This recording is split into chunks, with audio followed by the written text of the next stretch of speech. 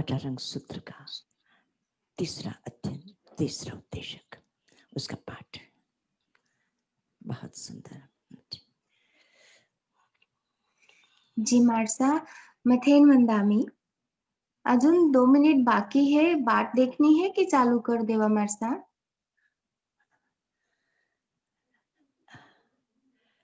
क्या करना है?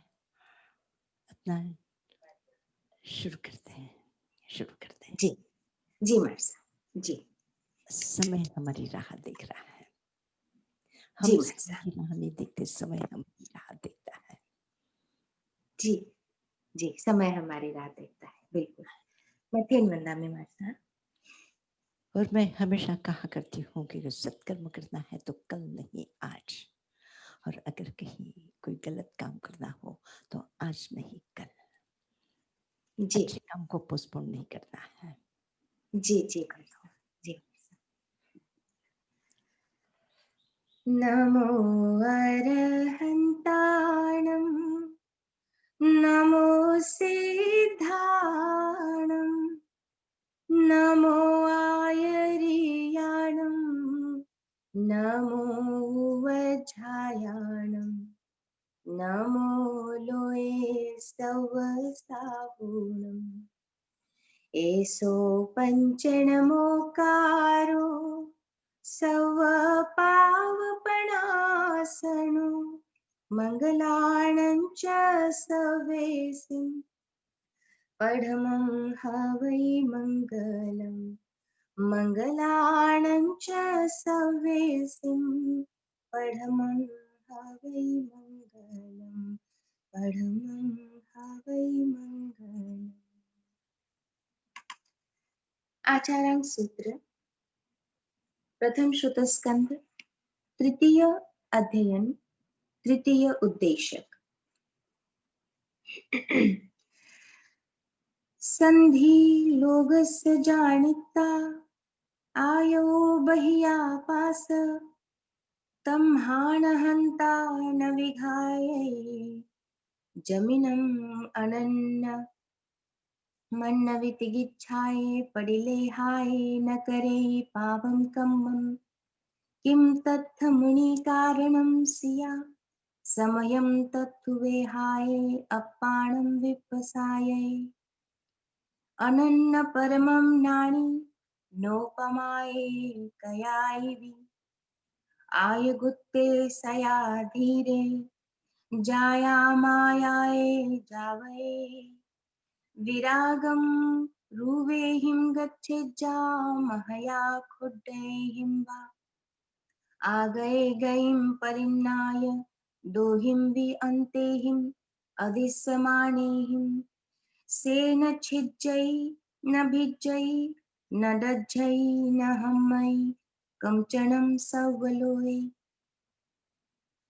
अवरेण पूर्वं न सरन्ति येगे, किमस्सतीतं किं वा गमिष्यम्। भासन्ति येगे इह मानवाः, जमस्सतीतं तम् आगमिष्यम्। नातीतमठं न यागमिष्यम्, अठं नियच्छन्ति तः गयाः। विधूतकप्पेयाणुपस्सि, निजोषयिता खवये महेशि। का अरैके आनन्दे, इत्थम्पि अग्गहे चरे, सर्वं हासं परित्यज्य, अल्लीनगुट्टो परिवै। पुरिसा तुममेव तुमं मित्तं, किं बह्यामित्तमिच्छसि। जं जाने जा उच्चालयं, तं जाने जा दूरालयं। जं जाने जा दूरालयं, तं जाने जा उच्चालयं। पुरिसा अत्तानमेव अभिनिगीच्छ, एवं दुःखापमोक्षसि। पुरिसा सत्यमेव समभिजानाहि, सत्यस्य आणाये उवट्ये, सेमेहावि मारं तरैः। सह्ये धम्ममादाय सेयं समनुपस्सै, दुहो जीवियस्य परिवन्दनमानन पूयणाये जंसिये गे पमायन्ति सहिये दुःखमत्ताये पुट्ठो नो झंझाये पासिमं दविये लोगालोग पवंचाओ मुच्चई तिबेमी। बहुत सुंदर संगमित्रा जी। 18 सूत्र, प्रभु की दिव्य वाणी का ये संकलन, प्रत्येक शब्द जो हमारी जिंदगी के पर्दों को खोलते हैं, जीवन के रहस्यों को प्रकट करते हैं। जहां हमारी दृष्टि नहीं पहुंच सकती है वहां तक उसे वे ले जाए। और जिस पर एक तरह से सोचने के लिए विवश करते, बाध्य करते, हम जिस बेहोशी में जी रहे हैं उस बेहोशी को जो हटा दे, जो दूर कर दे, ऐसा वह दिव्य जीवन, ऐसा वह दिव्य शब्द और वह दिव्यता। और जिस दिव्यता के समक्ष ऐसे लगता है कि उनका जो जीवन है, जैसे हम धरती पर चल रहे हैं, धरती पर एक एक कदम करके चलते हैं। हमारी दृष्टि अगर पूरब में देखती है तो पश्चिम को नहीं देख पाती। हम जो वर्तमान में सुनते हैं, हमें भूत भविष्य का पता नहीं है। इतनी सीमाओं के बीच में हमारी जिंदगी, और वे ऐसी अनंत आकाश की ऊंचाइयों पर है। उनके लिए पूरब और पश्चिम, उत्तर और दक्षिण जैसे पेट टूट जाए। कल्पना करके आप भी 25-30 हजार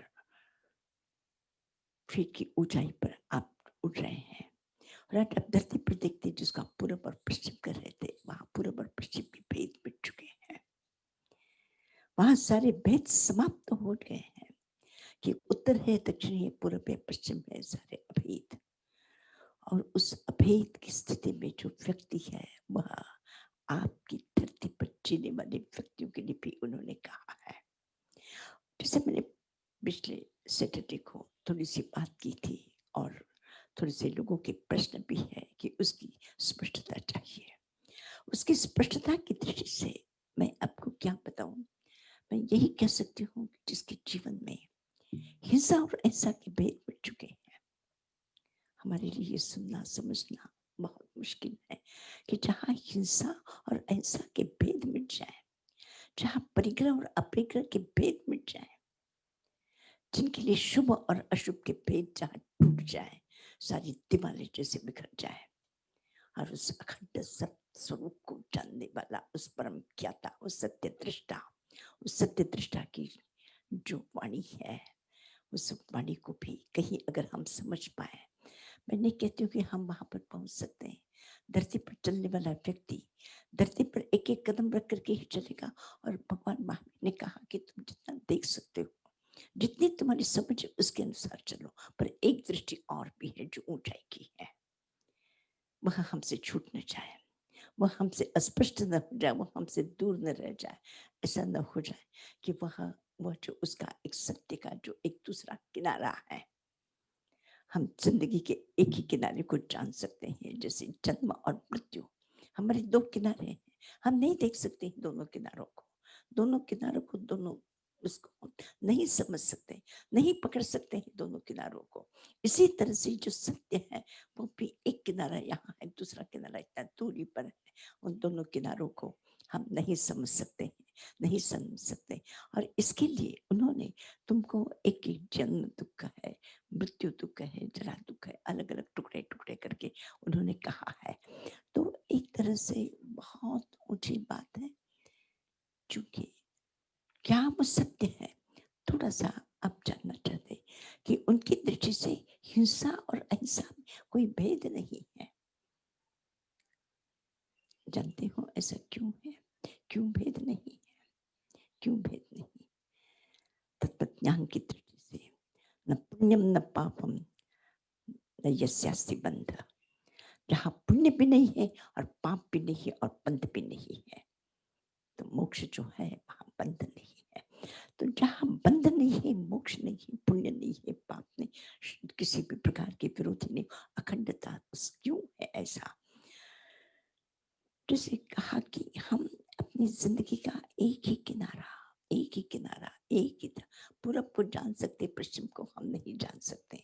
अगर हम उत्तर की तरफ में बैठे तो हम दक्षिण को नहीं देख पाते, हमारी दृष्टि सीमित है।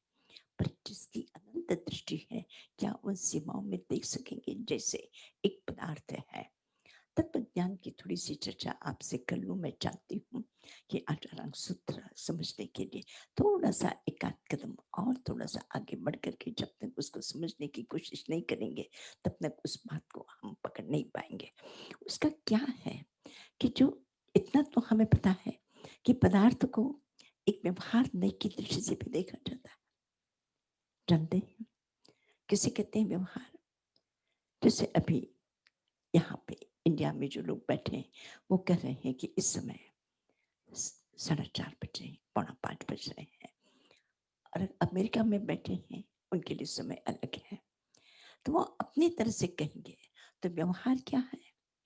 टुकड़े टुकड़े, खंड खंड, अलग अलग होगा, अलग अलग होगा। व्यवहार विभक्त है, विभक्त है, टुकड़े टुकड़े, खंड खंड करके वो जानता है। स्मरण रखना। पर्याय, आज आप कहते हैं कि मैं युवा हूँ, मैं वृद्ध हूँ, मैं बालक हूँ, मैं, मेरा नाम ये है। ये सब क्या है? जितने भी हैं ये सब के सब व्यवहार की दृष्टि से उस पदार्थ के निरूपण को खंड खंड करके अगर हम नहीं जानते तो हमारा व्यवहार नहीं चलता। व्यवहार ने आपके व्यवहार को चलाने के लिए है। स्पष्ट है व्याख्या? व्यवहार नहीं कोई कठिन नहीं। व्यवहार आपका जो आचरण है, आपकी जो क्रिया है, आपकी जो प्रवृत्ति है, आपकी जो सोच है, आपका जो जीने का तरीका है, वो किससे, किसके सहारे से है?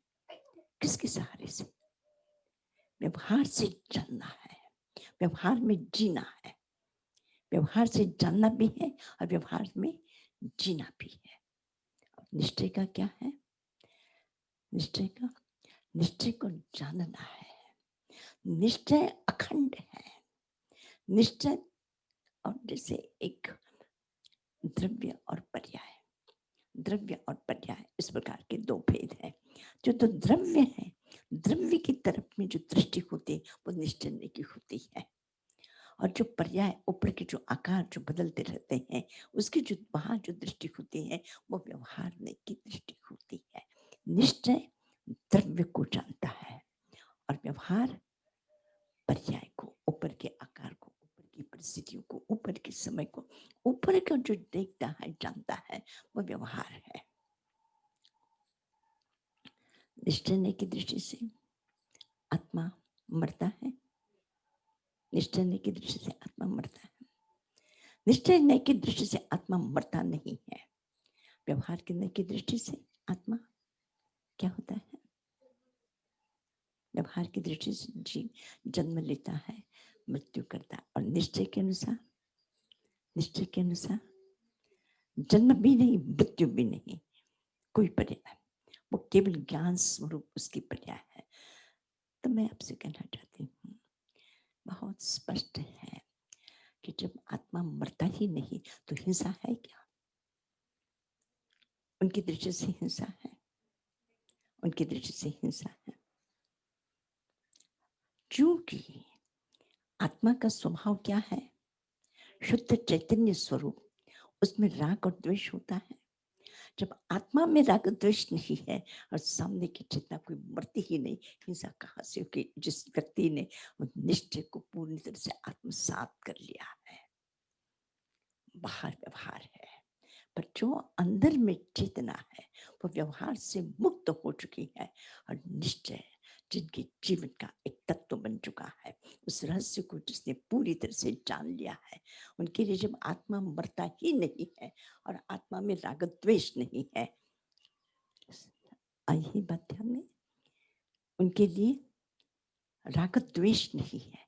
जो भीतर में द्वेष ही नहीं है और उस सामने वाला मरता नहीं है, हिंसा कहाँ होगी? मरता हो और इधर में द्वेष हो तो हिंसा होती है।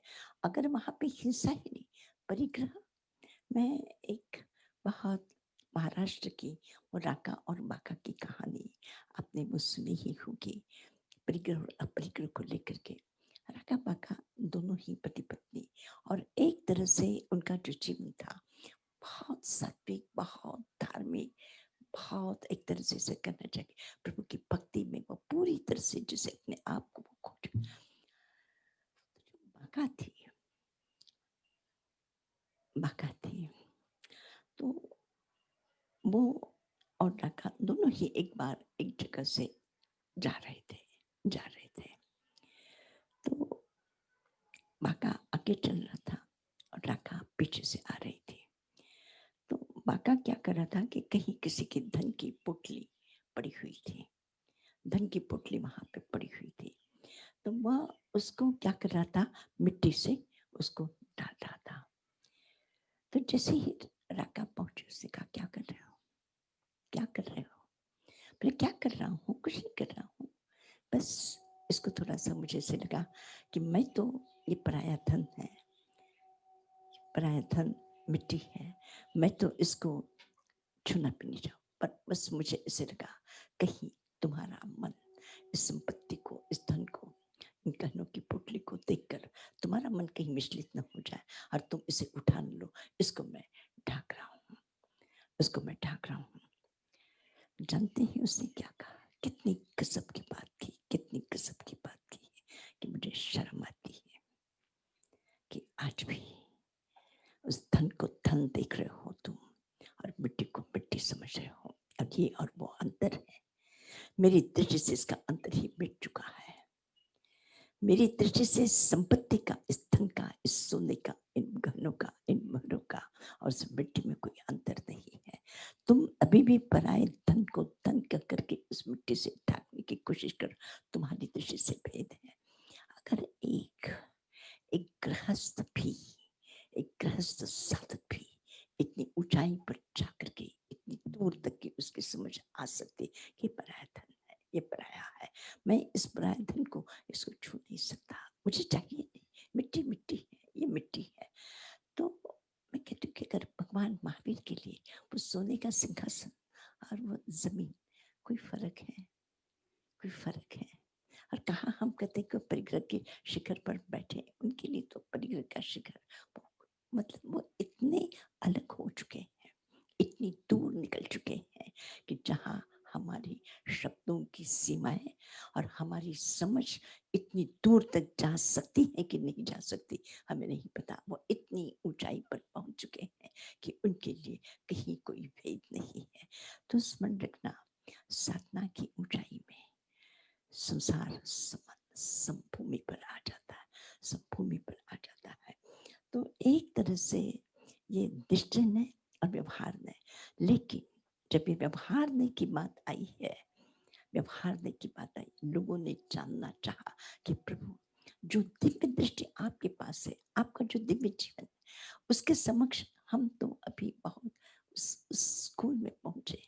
जैसे आपने देखा है कभी भी अच्छे से जो प्रोफेसर होते हैं, अच्छे से जो टीचर्स होते हैं, जब स्कूल में विद्यार्थी आता है तो स्कूल के अध्यापक की जो समझ होती है और जो टीचर्स, जो स्टूडेंट्स होते हैं, उनकी जो समझ होती है वो बहुत छोटी सी समझ होती है।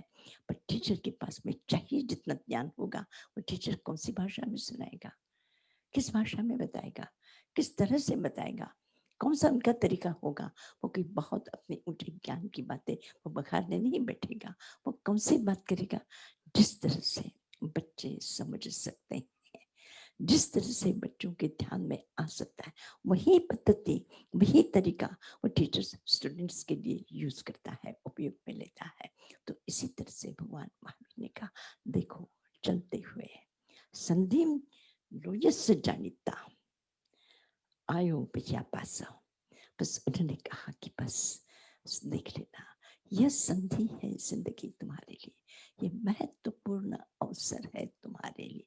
संधि अवसर, अवसर है, ऐसा अवसर इस जीवन की अनंत यात्रा में न जाने कहाँ कहाँ भटक करके आए हो, कहाँ कहाँ हो करके आए हो। आज ऐसे ही रात के समय करीब 4 बजे होंगे, मैं वापिस थोड़ा सा रात को जाग गई थी तो 4 बजे फिर थोड़ी सी लगा कि थोड़ा सा और विश्राम की जरूरत है, तो मैं आंखें बंद करके और बस इसी में मैं खो गई कि मैंने पूर्व जन्म में मैं कहाँ थी, क्या था। अतीत संधि लोयस जानिता, उस संधि को, लोक की संधि को जानना है।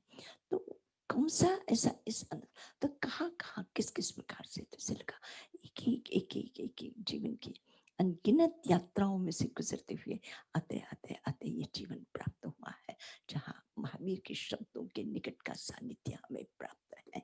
यह अपूर्व अवसर है, अपूर्व अवसर है, इस जिंदगी का अपूर्व अवसर है। और संधिम लो इस संसार की यात्रा करते हुए तुम्हें जो इतना सुंदर अवसर प्राप्त हुआ है, इस अवसर को हाथ से मत जाने दो। व्यवहार की बात करते हैं, व्यवहार की बात करते हैं। और इसी तरह से उस व्यक्ति का जीवन, उसको आप खंड में नहीं बांट सकते कि आपको लगेगा कि हम जैसे हैं वो भी उसी प्रकार से रहे। वो किसी की आज्ञा में, आदेश में, किसी के प्रवचन सुन करके, किसी के ज्ञान से वो नहीं चलते। वो चलते हैं उनको जिस तरह से जीना है, जिस तरह से जीना है, जिस तरह से उनकी जीवन की एक दृष्टि है। और आप वहां पर कंट्रोल नहीं कर सकते, उनके लिए कंट्रोल नहीं कर सकते कि आप एक तरफ से इसको ये कहते हैं और उस तरह से। लेकिन व्यवहार ने की अपेक्षा से और फिर आचार्यों ने, और सबसे बड़ी बात है तीर्थंकरों ने, और यही कारण है कि जैन परंपरा में एक परंपरा है, महत्वपूर्ण परंपरा, और एक ऐसा उनके जो एक तरह से मैं कहूंगी कि साहित्य की दृष्टि से अप्रतिम साहित्य है, अप्रतिम साहित्य। उन लोगों ने, उन आचार्यों ने कहा कि शब्द नहीं है प्रभु के, एक ऐसी ही भीतर से एक ऐसी ध्वनि, जिसको कुछ लोगों ने मुरली के रूप में कहा, कुछ एक ऐसी ध्वनि पैदा होती है। और उस ध्वनि की एक ताकत होती है कि उनके शब्दों के अर्थों, उस ध्वनि के अर्थों को और शब्दों में निकाल करके आचार्यों ने प्रस्तुत कर दिया है कुछ एक हम नहीं समझ पाते हैं उस दिव्यता को, लेकिन इतना निश्चित है कि व्यवहार की दृष्टि अलग है, निश्चय की दृष्टि अलग है। हम व्यवहार में हैं तो हमें व्यवहार के रास्ते पर ही चलना होगा, हमें हिंसा और अहिंसा के भेद को समझना होगा, हमें जीवन और मृत्यु के भेद को समझना होगा, हमें द्रव्य रूप से आत्मा नित्य होते हुए भी वो व्यवहार से जन्म लेता है, मृत्यु होती है। इस तत्व को हमें स्वीकार करना होगा, और हम अपने आप को बचा ही सकेंगे कि जहाँ से हिंसा होती है हम अपने आप को बचाएं। जहाँ ऐसा का जीवन जिस तरह से जिया जा सकता है, उस आचरण के अनुसार अपने आप को जीने का, ढालने का प्रयत्न करें, तो एक तरह से महत्वपूर्ण है संधि लोयस्य वेदा। जानो जानो लोग के अवसर और प्रलेहाय न करे पावम कम्मम, और एक अच्छी तरह से प्रतिलेखन करो, एक एक जगह, एक एक विचार, एक एक विचार। मैं आचार की अपेक्षा से मैं अधिक ऐसे कहूंगी कि आचार में तो हमें उठते बैठते खाते पीते काम करते कहीं न कहीं हिंसा होगी, कहीं न कहीं हिंसा, लेकिन अंतरंग दुनिया में आप स्वतंत्र हैं कि वहां हिंसा करें या ना करें। बाहर की दुनिया में व्यवहार में आप चलेंगे तो आप रोक नहीं सकेंगे। आपका कदम आप जहाँ पे रखेंगे, आप कितने किस तरह से रजोहरण से कितना भी अलग कर दो, तो रजोहरण से अलग करते समय में भी हो सकता है कि उनके छोटे सूक्ष्म जीवों को तकलीफ होगी कि उसका अपनी अलग जगह जाना, आप उठा करके दूसरी जगह करते तो उसकी स्वतंत्रता का आपने अपहरण कर दिया है, उसकी स्वतंत्रता को आपने दूर कर दिया, तो वहां पर भी हिंसा है। बाहर की दुनिया की हिंसा अपरिहार्य है, पर रोक नहीं सकते। आप श्वास लेते हैं, श्वास लेते हैं, और ये श्वास श्वास तो उतनी ही है, श्वास वर्गना वो पैदा नहीं होती है जितने हैं। और ये श्वास कितनी बार, कितने के नासापुट में से निकल करके कितने कितने वही कभी श्वास आप और हम और हजारों पशु और हजारों पक्षी और हजारों अब तक के जीव और आने वाले जीव उसी श्वास को लेते रहेंगे, उसी को लेते रहेंगे, वही को छोड़ते रहेंगे।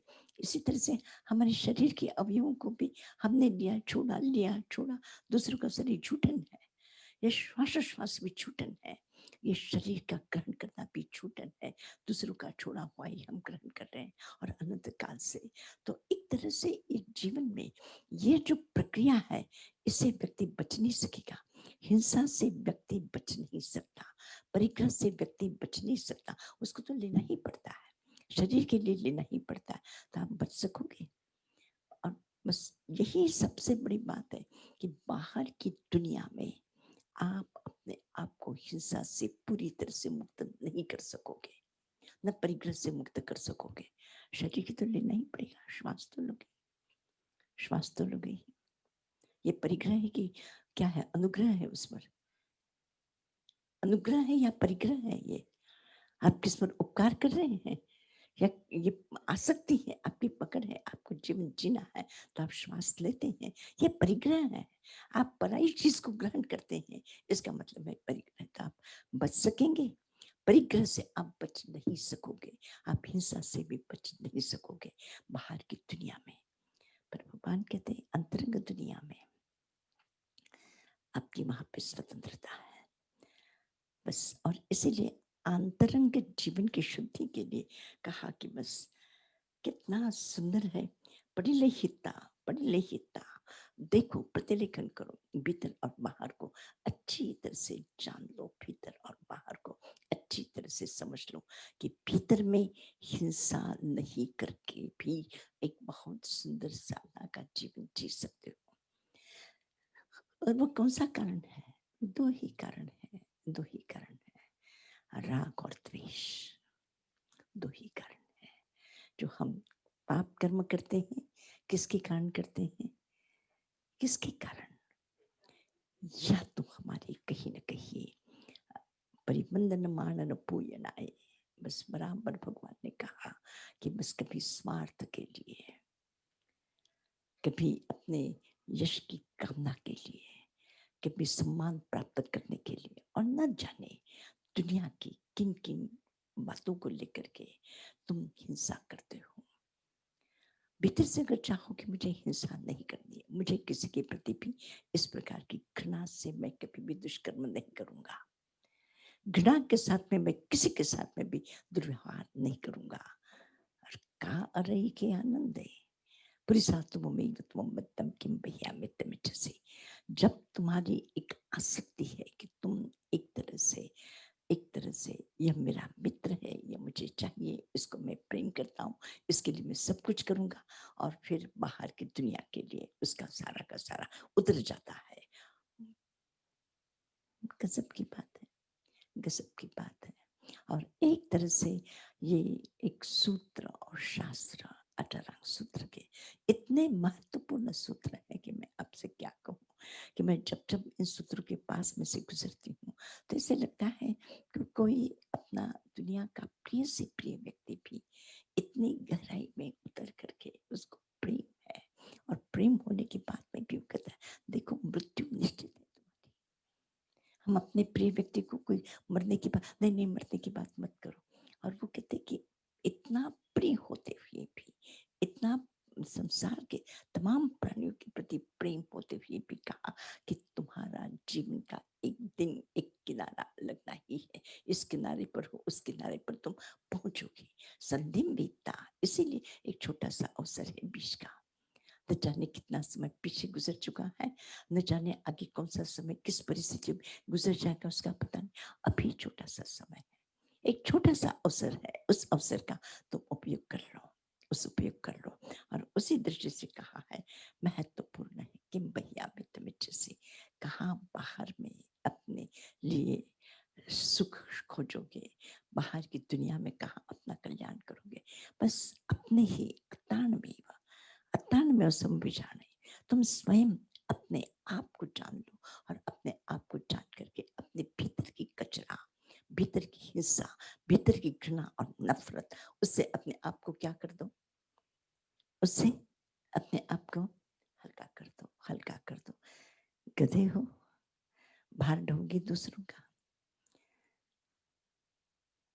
क्यों हम कचरा, और वो भी कचरा, वो भी कचरा, और जो हमें ही दबाता है, और वो हमारा ही किया हुआ, हमारा ही, तो व्यर्थ में एक जैसे अगर कुछ इकट्ठा भी करना हो तो कुछ फूलों को लेकर के चल पड़ो, कुछ अन्य सूत्रों के शब्द जो सुगंधित से, ऐसे शब्दों को, ऐसे प्रभु की वाणी को, प्रभु के ज्ञान को अगर ढोना भी है, उठाना भी है, लेकर के चलना भी है, सोचना भी है, विचार भी करना है, किसी के आसपास में जीना भी है, इन शब्दों के आसपास में से गुजर जाओ और देखो एक जीवन बदल जाएगा।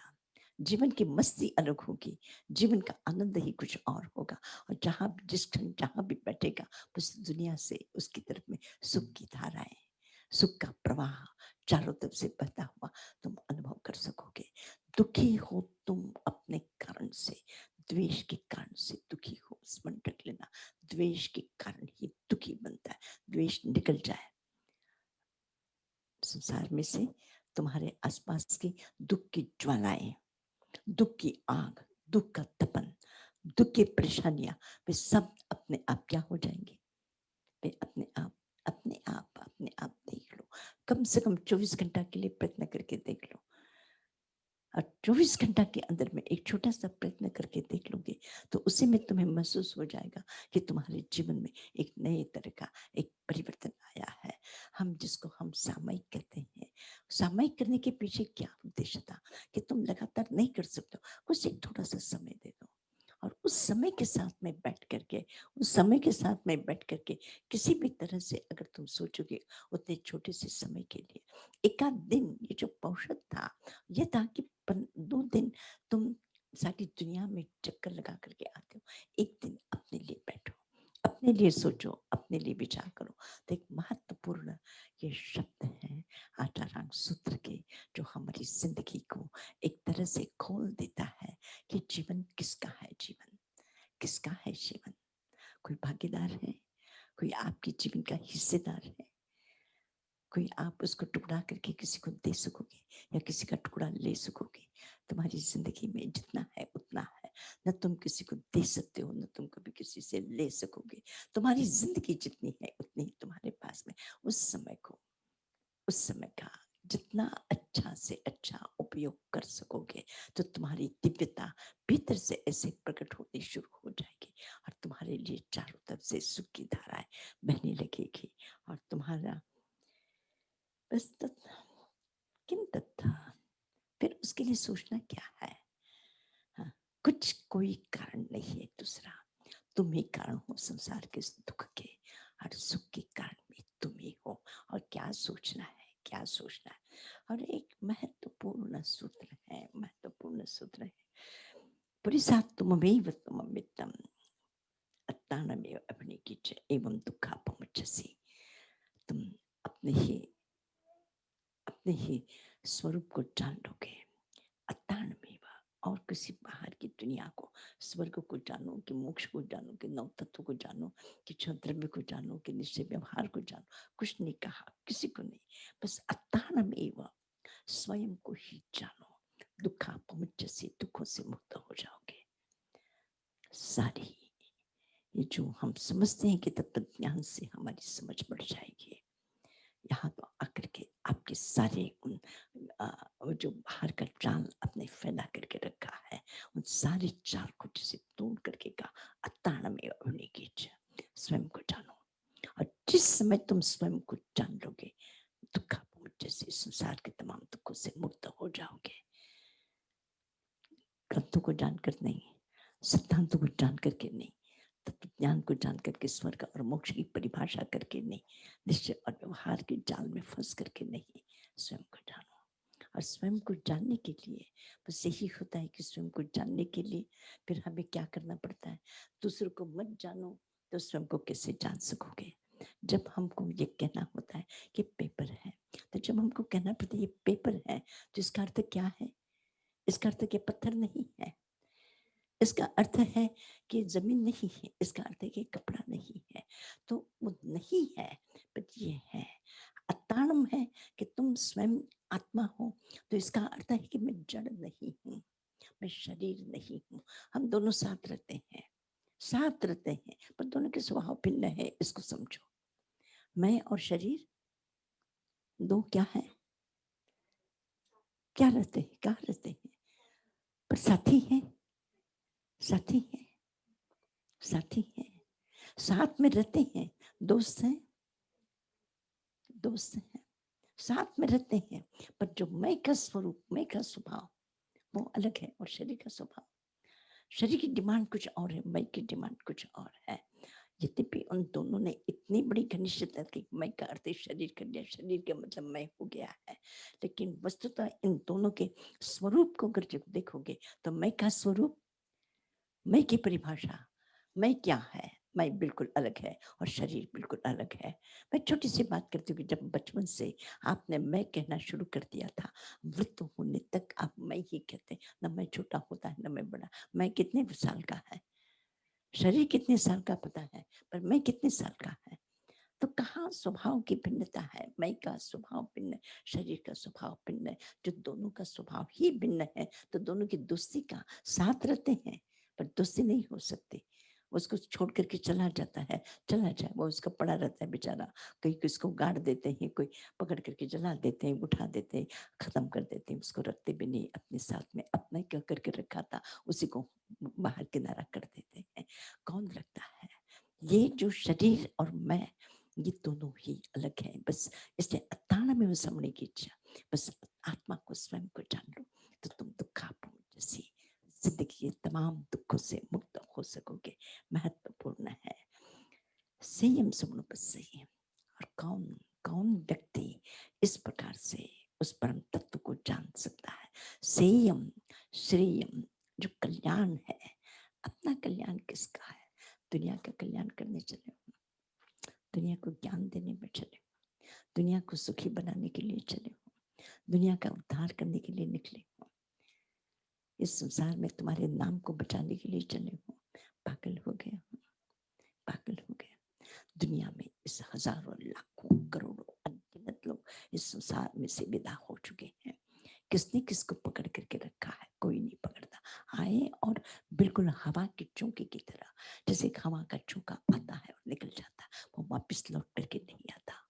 इसी तरह से जीवन भी एक समुद्र की जो लहर है, एक लहर निकल जाती, दूसरी लहर, तीसरी लहर, चौथी लहर, वो लहर वापस लौट करके नहीं आती। इसी तरह से तुम भी इस संसार में इसी प्रकार से हो। तो कहाँ पकड़, किसकी पकड़, किसकी पकड़? संयम समझो बस, सही, बस दुनिया के कल्याण की बात मत सोचो, दुनिया के उद्धार की बात। तुम्हारा कल्याण है, तुम अपना कल्याण देख रहे हो, तुम्हारा इसमें भला है। तुम तो उस पाप से, बंधन से, बुराइयों से तुम बच से रहे हो। कोशिश करो, कोशिश करो। बस प्रभु के इन शब्दों में अगर आपको थोड़ा सा भी प्रेम हो, थोड़ा सा भी प्रेम हो, थोड़ा सा भी लगाव हो कि नहीं हम सुन रहे हैं, कोई एकाध शब्द हमारी जिंदगी के साथ में जुड़ जाए कि मैं अपना श्रेय चाहता, मैं अपना कल्याण चाहता हूँ। ये सुख की बात नहीं कर रहे, श्रेय, कल्याण। श्रेय जो होता है कल्याणकारी होता है, वो कभी भी अकल्याण में नहीं बदलता, वो कभी अकल्याण नहीं होता। बाकी सारे विपरीत है, सुख में दुख में हो जाएगा, पर जो श्रेय है, वो जो श्रेय है, जो श्रेय जिसमें कभी भी अशुभ नहीं होता, श्रेय में कभी अशुभ नहीं होता। पुण्य में थोड़ा सा कभी गड़बड़ी भी होती है, थोड़ा सा अशुभ अंश में मिला हुआ होता है, पर श्रेय में किसी भी प्रकार की कोई किसी भी प्रकार से विकृति नहीं होती। तो आपसे कहते संयम, समझो बस संयम। श्रेय को जानो, तुम्हारे अपने कल्याण को जानो, तुम्हारे अपने सुख को समझो, तुम अपने आनंद को जानो, और उस आनंद को जान लोगे तो संसार के व्यर्थ के भार से मुक्त हो जाओगे। श्रेय समझ में नहीं आता, हमें अपना कल्याण दिखाई नहीं देता, हम क्या कर रहे हैं? पागलपन है। ये निकल जाएगा ये समय, और हमारा जो एक अच्छा से अच्छा समय, वो शांति का समय, आनंद का समय, साधना का समय, सुख का समय, उस समय को हम किस तरह से कहाँ कहाँ इन झंझटों में उलझा करके अपने समय को बर्बाद कर देते हैं। उससे बचो, संयम सुनो बस से। एक बहुत महत्वपूर्ण सूत्र, महत्वपूर्ण सूत्र, एक शब्द है अपने प्राचीन भारतवर्ष की उस परंपरा में तथागत बुद्ध के लिए एक शब्द का प्रयोग हुआ है, एक शब्द का प्रयोग हुआ है, नहीं लिखे रहे हैं, बहुत महत्वपूर्ण शब्द है। जो पहला सूत्र है, अट्ठम यच्छन्ति, तहा गया हो। तहा गया, तथागत। तथागत किसे कहते हैं? जैसे बुद्ध के लिए, जैसे तीर्थंकर महावीर के लिए, तीर्थंकर एक विशेषण है कि उन्होंने तीर्थ की स्थापना की, और बुद्ध के लिए तथागत बुद्ध। अपने जब भी विशेषण किया, तीर्थंकर बुद्ध या ज्ञानी बुद्ध ने करके तथागत बुद्ध, तथागत बुद्ध। और 8वां सूत्र में भगवान ने इस शब्द का प्रयोग किया है कि अट्ठम यच्छन्ति। आप जो भी कर्म करते हैं, इससे मुझे क्या लाभ मिलेगा? मुझे क्या लाभ मिलेगा? मैं ये करता हूँ, मुझे क्या लाभ मिलेगा? मुझे क्या लाभ मिलता है? अगर लाभ मिलता है तो आप काम करेंगे, लाभ नहीं मिलता है तो नहीं करेंगे। सत्कर्म भी करना हो, मुझे कुछ लाभ है। अट्ठम यच्छन्ति, न इच्छन्ति, निच्छन्ति। अट्ठम प्रयोजन, स्वार्थ, अर्थ, प्रयोजन। वो जो नियच्छन्ति, नहीं चाहते। वे कौन है? वे तथागत है, वे तथागत है। जानते हैं तथागत का अर्थ क्या है? इस शब्द का अर्थ है तथागत, जैसे तथा जैसे आए थे वैसे ही आगत वहां पे है। आपने एक छोटा बच्चा जब जन्म लेता है वो लेने के साथ ही पैदा होता है। लेने की इच्छा से ही पैदा होता है, वो ग्रहण करता है, लेता है, तथागत है। तो आपको पता है कि वो लेना जानता है, पर देना देना और पकड़ना पकड़ना जानता है कि ये मेरा घर है, ये मेरा है। उसको जितनी आवश्यकता है बस उतना ही। उसके बाद जैसे तथागत जैसे एक जैसे आए हैं, वो किसी भी प्रकार के संसार की उसकी पकड़ नहीं होती। वो लेता जरूर है पर उसकी पकड़ नहीं होती। ऐसा ही हो, वैसा ही हो, ऐसा कुछ नहीं होता। तो जिस तरह से संसार में कोई एक बालक जैसे जन्म लेता है और उसकी कोई उसके घर के प्रति, परिवार के प्रति, संपत्ति के प्रति, मान सम्मान, प्रतिष्ठा, कोई पकड़ नहीं होती, कोई पकड़ नहीं होती। खेल लिया, छोड़ दिया, चले गए, लिया, उपयोग किया, रख दिया, उसके पीछे फिर उसका कोई, वो अद्या को देख लो, खेल लेगी, सब खिलौने बिखेर करके चली जाएगी। उसको कोई उसको कुछ आगे पीछे की कोई चिंता नहीं। तो जो व्यक्ति इस संसार में आता है, उपयोग तो कर लेता है, उपयोग तो करना जानता है, वो लेना आता है उसको, लेकिन उसके बाद में वो बेपरवाह, उसके प्रति वो क्या होता है? बेजिम्मेवार। उसके प्रति उसकी कोई पकड़ के पीछे क्या होगा और क्या रहे, कौन रखेगा और कौन तोड़ेगा और कौन उठेगा, उसे कुछ लेना देना नहीं होता। वो बिल्कुल तथागत है, तथागत है। तो इसी प्रकार से इस संसार में तुम आए हो, अट्ठम नेच्छन्ति, वे अपना, क्योंकि क्यों देखो ना, अगर प्रयोजन मतलब उसके बाद में पकड़ आनी शुरू होगी। यानी दो चीजें बड़ी महत्वपूर्ण है, इनकी पकड़ बड़ी विलक्षण पकड़ है। अट्ठम नियच्छन्ति, तो जैसे हम किसी को चाहते हैं, इसका मतलब है उसको लेकर के अंदर में उसको बांध करके रखना चाहते हैं। ये मैंने किया है, मैंने ये सत्कर्म किया है। तो ये सत्कर्म किया है, तो सत्कर्म किसका? किसका ये सत्कर्म? हाँ, ये मैंने सत्कर्म तुम किसी के लिए, कल्याण के लिए हमने किया, कि प्रतिष्ठा के लिए किया, नाम के लिए किया, किसी के लिए किया ये सत्कर्म। तो वो जो सत्कर्म किया तो किसी प्रयोजन के लिए किया, प्रयोजन के लिए किया, तो इसका अभिप्राय है कि वो इसको हमने पकड़ करके अंदर में अपने भीतर में बांध के रखता, वो परिग्रह हो गया। हुआ कि नहीं? होगा कि नहीं? आएगा कि नहीं वो बात?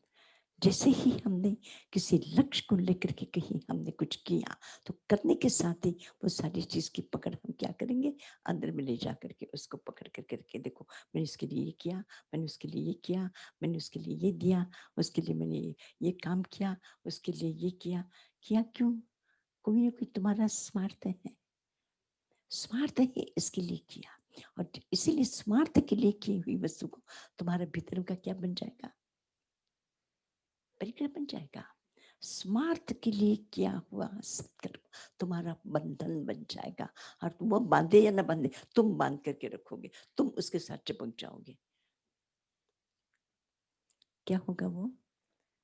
देखिए, जो एक सत्कर्म भी है, जो हमारी विशुद्ध आत्म चेतना के लिए जो हम कर करके उससे एक क्या करना चाहिए कि जैसे पक्षी वो बैठता है, पीता, पंखों को झाड़ करके ऊपर में उड़ जाता है, वो कुछ अपने साथ में लेकर के नहीं उड़ता। उसी प्रकार से जो जीवन में सत्कर्म करता है कि देखो, वो मेरी खुशी थी, वो मेरा आनंद था, वो मेरे जीवन का एक अनमोल क्षण था कि मैं ऐसा कर सका। तो उसके भार को लेकर के वो अंदर में बांध करके नहीं रखता। तो स्मरण रख लेना, ये एक अत्यंत महत्वपूर्ण समझने जैसी बात है कि हमारा सत्कर्म हमारे लिए बंधन न बन जाए। हमारा सत्कर्म हमारे लिए विकृति का काम न करे। हमारा सत्कर्म एक ऐसा पुनित सत्कर्म हो जाए। बाकी तो दुनिया में सारी व्यर्थ की चीजें तो, पर जब वह एक विलक्षण दृष्टि जब खिल जाएगी तो फिर वह व्यक्ति बुराइयों की तरफ जाने से अपने आप को पूरी तरह से बचाने की पूरी कोशिश करेगा। तो इसके लिए बस प्रभु के ये शब्द अत्यंत महत्वपूर्ण है।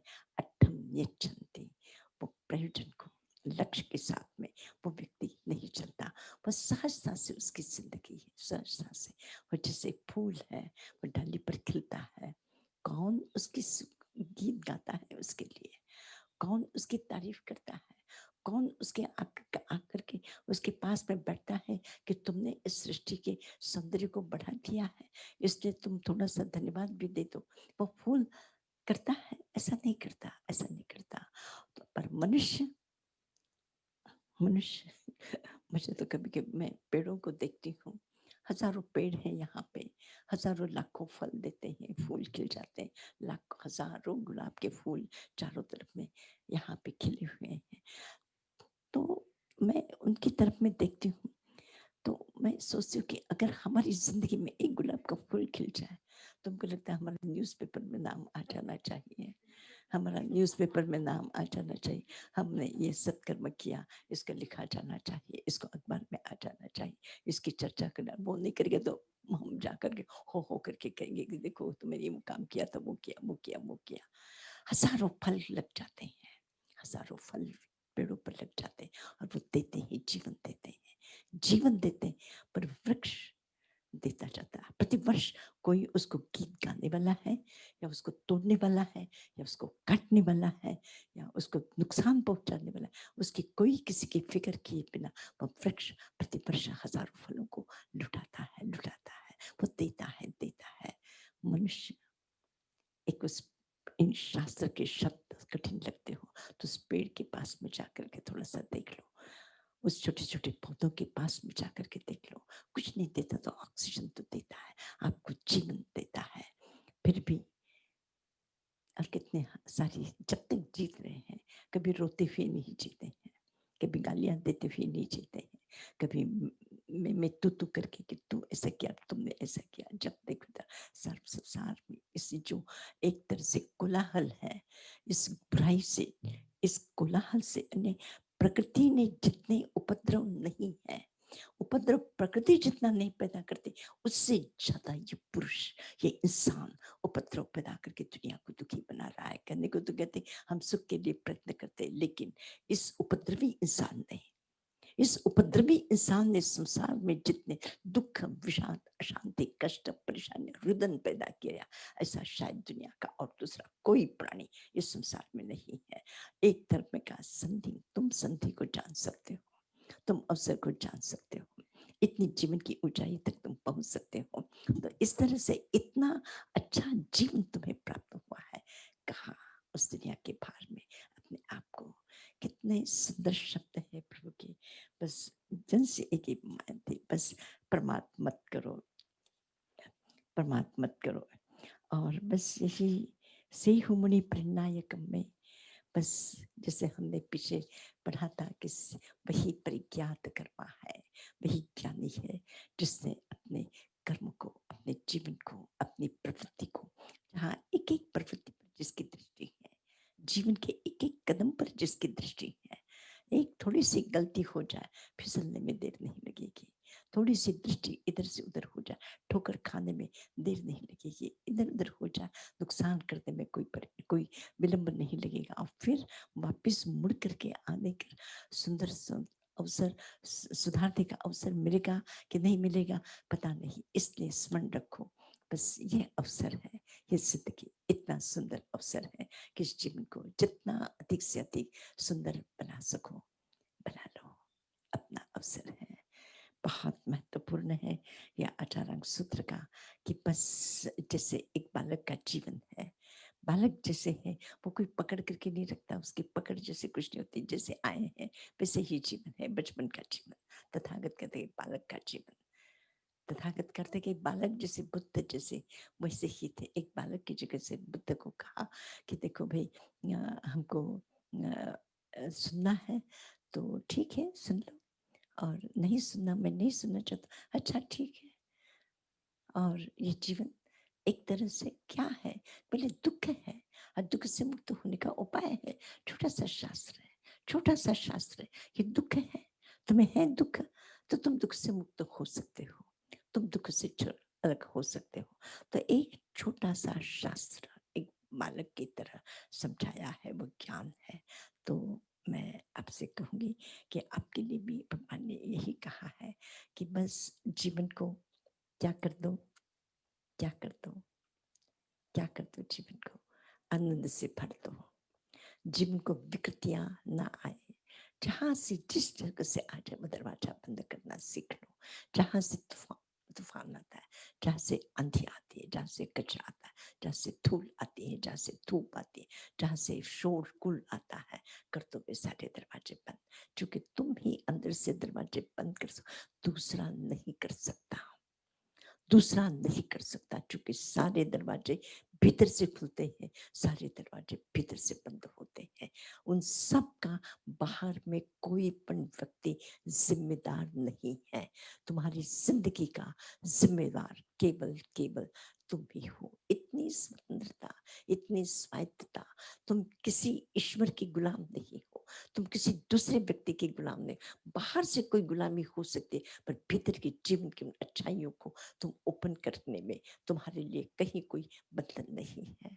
आए प्रभु के अंतिम शब्द, हम अगर कुछ थोड़ा सा अपने आप को उस तरफ में ले चले, कम से कम उन शब्दों के प्रति आस्था हो जाए, उन शब्दों के प्रति प्रेम हो जाए, उस दृष्टि की तरफ में हमारी दृष्टि थोड़ा सा देखना भी शुरू कर दे, तो हो सकता है कि कभी कोई अवसर आ जाए और ये आपको बचा ले, ये कोई अवसर ऐसा आ जाए कि जो जीवन को सुंदर बनाने के लिए प्रेरणा कर दे, कोई ऐसा आ जाए कि नहीं नहीं, यह एक इतना अच्छा दुनिया की अपेक्षा से, दुनिया के उन ऐसे ऐसे लोग हैं जिनके लिए जीना भी मुश्किल है, ऐसे लोगों के लिए सोचना बहुत, तो तुम्हारे लिए तो सारे ये साधन उपलब्ध हैं। ऐसे उपलब्ध साधनों में भी कितने लूले हैं, लंगड़े हैं, अपाहिज हैं, पराधीन हैं, साधन नहीं है, खाने को नहीं है, ऐसे ऐसे जो जीवन है, उन जीवन के लिए तो ये सब सुनना समझना ये बहुत मुश्किल है।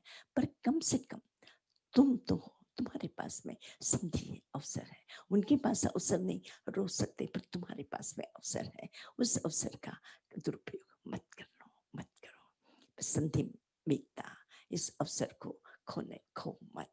जीवन का एक महत्वपूर्ण सूत्र, बहुत सुंदर, बहुत सुंदर 18 सूत्र, बस आपके लिए, सबके लिए, बस कोई सूत्र, कोई शब्द आपके लिए ध्यान में रह जाए, बस कि जितना अठम नहीं चलती, हम कोई भी सत्कर्म करेंगे तो किसी प्रयोजन के लिए नहीं करेंगे, करेंगे अपने भाव से करेंगे, अपने भीतर से उठा हुआ करेंगे, अपने भीतर की आवाज को सुनेंगे और उसी रास्ते से अपने चलेंगे।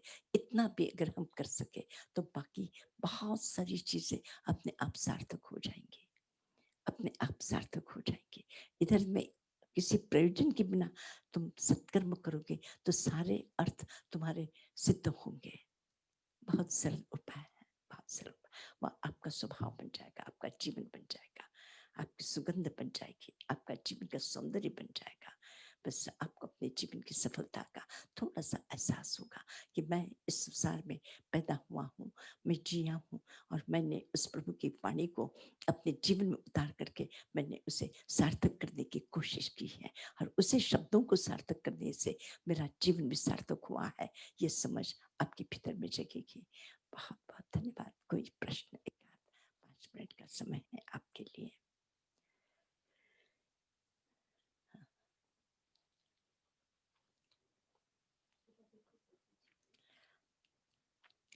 शराबी जी कुछ पूछना चाहते हैं? आप में से किसी को पूछना है?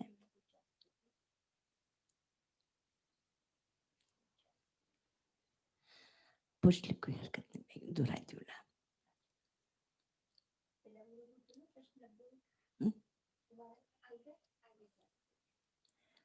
पहले दे दिया उत्तर। शाश्वतता का और दिव्या जी का था प्रश्न। तो